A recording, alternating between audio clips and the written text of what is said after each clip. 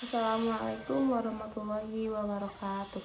Perkenalkan, nama saya Siti Nurhalidia. Saya dari kelas 4F PAI dengan NPM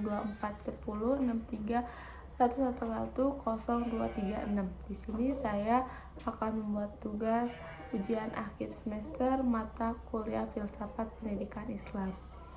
Nah, di sini ada 8 pertanyaan, dan untuk pertanyaan yang pertama itu, demokratisasi pendidikan kerap dianggap sebagai jalur menuju keadilan dan kesetaraan belajar. Analisislah bagaimana prinsip-prinsip demokratisasi pendidikan dapat diterapkan dalam konteks pembelajaran pendidikan agama Islam di sekolah umum. Lalu evaluasilah tantangan utama dalam penerapannya di era digital saat ini. Nah, demokratisasi pendidikan adalah upaya memberikan kesempatan belajar kepada seluruh peserta didik tanpa membedakan latar belakang mereka. Dalam pembelajaran pendidikan agama Islam, ini dapat diterapkan dengan cara memberikan kebebasan kepada siswa dalam hal bertanya, berdiskusi, dan menyampaikan pendapat secara santun. Nah, di sini guru berperan sebagai fasilitator di mana menghargai setiap pendapat yang disampaikan oleh siswa. Namun di era digital saat ini terdapat beberapa tantangan, di mana tantangannya itu yaitu kesenjangan teknologi, minimnya literasi, dan penyebaran informasi yang belum tentu kebenarannya. Oleh karena itu, guru diminta untuk membimbing siswa supaya berpikir kritis dan mampu bijak dalam menggunakan teknologi. Nah, untuk soal yang kedua itu, Ibnu Khaldun memandang pendidikan sebagai proses bertahap yang memperhatikan aspek akal dan adab. Sistensikan konsep pendidikan Ibnu Khaldun tersebut dengan model pembelajaran PAI berbasis kurikulum merdeka. Bagaimana Anda akan mengaplikasikan sintesis ini dalam rancangan pembelajaran PAI di kelas menengah pertama atau SMP? Nah, jadi jawabannya, menurut Ibnu Khaldun, pendidikan itu harus secara bertahap dan memperhatikan perkembangan akal dan adab peserta didik, sama halnya dengan kurikulum merdeka di mana berpusat langsung pada siswa dan mengembangkan karakternya. Nah, penerapannya dalam pembelajaran pendidikan agama Islam di sekolah menengah pertama atau SMP itu dapat dilakukan melalui pembelajaran berbasis proyek PJBL. Misalnya pada materi akhlak. Nah, pada materi ini itu siswa tidak hanya mendapatkan materi, tapi juga bisa melaksanakan kegiatan bakti sosial atau berbagi bersama. Nah, dengan demikian siswa juga tidak hanya menyampaikan materi, tapi juga mendapatkan pengalaman nyata dalam mengimplementasikan nilai-nilai keagamaan. Nah, untuk soal yang ketiga itu, Kiai Haji Ahmad Dahlan menekankan pentingnya integrasi ilmu agama dan sains dalam pendidikan. Evaluasilah relevansi pandangan ini dalam menghadapi tantangan dekadensi moral di kalangan pelajar saat ini. Selanjutnya, jelaskan satu desain pembelajaran PAI yang mencerminkan semangat integratif tersebut. Nah, jadi Kiai Haji Ahmad Dahlan menekankan pentingnya mengintegrasikan ilmu agama dan ilmu pengetahuan umum. Pemikiran ini sangat relevan karena banyak muncul persoalan moral saat ini karena kemajuan teknologi yang tidak dilandasi atau tidak diimbangi dengan nilai-nilai agama. Salah satu desain pembelajaran yang dapat diterapkan adalah mengaitkan materi menjaga lingkungan dalam Al-Quran dan ilmu sains tentang pencemaran lingkungan. Contohnya yang paling sering kita ketahui itu seperti jangan buang sampah sembarangan. Terus bisa kita mencontohkan apa yang terjadi ketika hutan itu dibasmi, lalu tanah itu akan menjadi kerusakan seperti apa. Contohnya seperti longsor. Nah, melalui pembelajaran ini, siswa memahami bahwa agama dan sains saling mendukung dalam menyelesaikan masalah kehidupan. Untuk soal yang keempat, Kiai Haji Hashim Asy'ari menekankan pentingnya akhlak dalam pendidikan dan sikap tawadu terhadap guru. Analisislah pemikiran ini dalam konteks pengembangan karakter siswa dalam pembelajaran PAI. Bagaimana penerapan nilai-nilai ini dapat mengatasi krisis keteladanan guru di era modern. Nah, jadi Kiai Haji Hashim Asy'ari menekankan bahwa akhlak merupakan inti pendidikan. Selain itu, beliau juga mengajarkan pentingnya sikap tawadu atau rendah diri kepada guru sebagai bentuk penghormatan terhadap ilmu.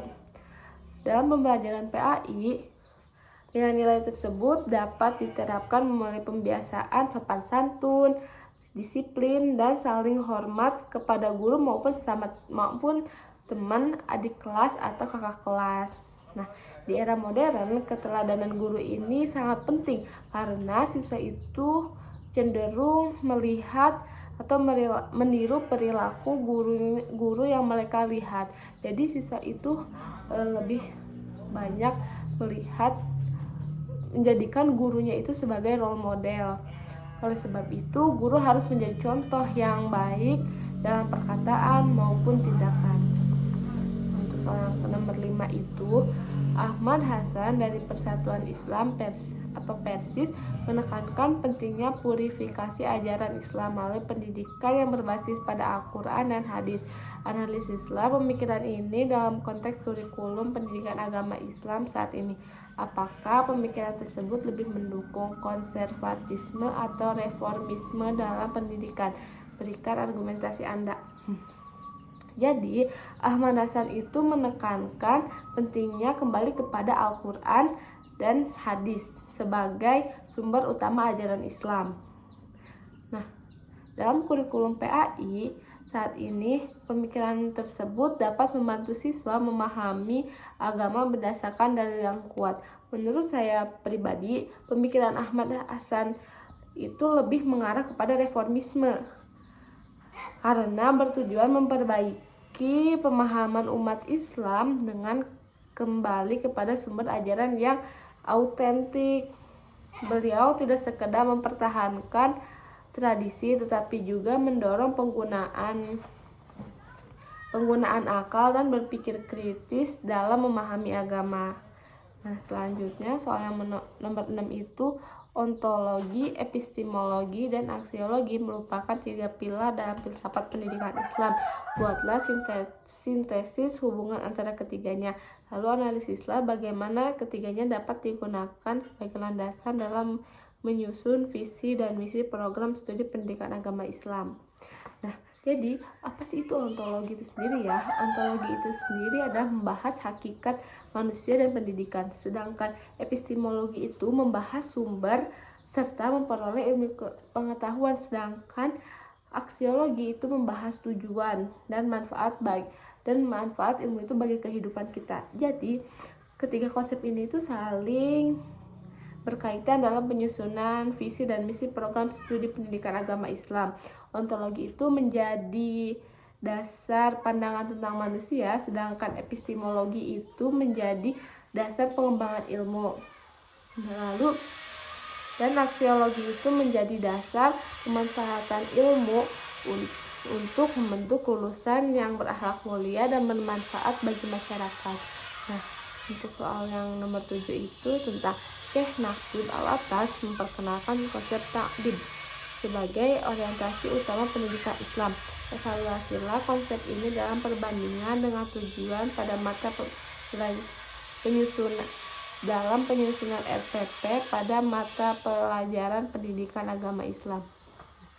Jadi Syekh Naqib Al-Atas itu menjelaskan bahwa tujuan utama pendidikan Islam adalah ta'dib, yaitu pembentukan adab dan karakter yang baik. Konsep ini sejalan dengan tujuan pendidikan nasional yang menghasilkan manusia yang berilmu, bertakwa, beriman, dan berakhlak mulia. Dalam penyusunan RPP PAI, konsep ta'dib dapat diterapkan dengan merancang kegiatan pembelajaran yang tidak hanya mengembangkan pengetahuan, tetapi juga membentuk sikap dan perilaku peserta didik yang sesuai dengan ajaran Islam.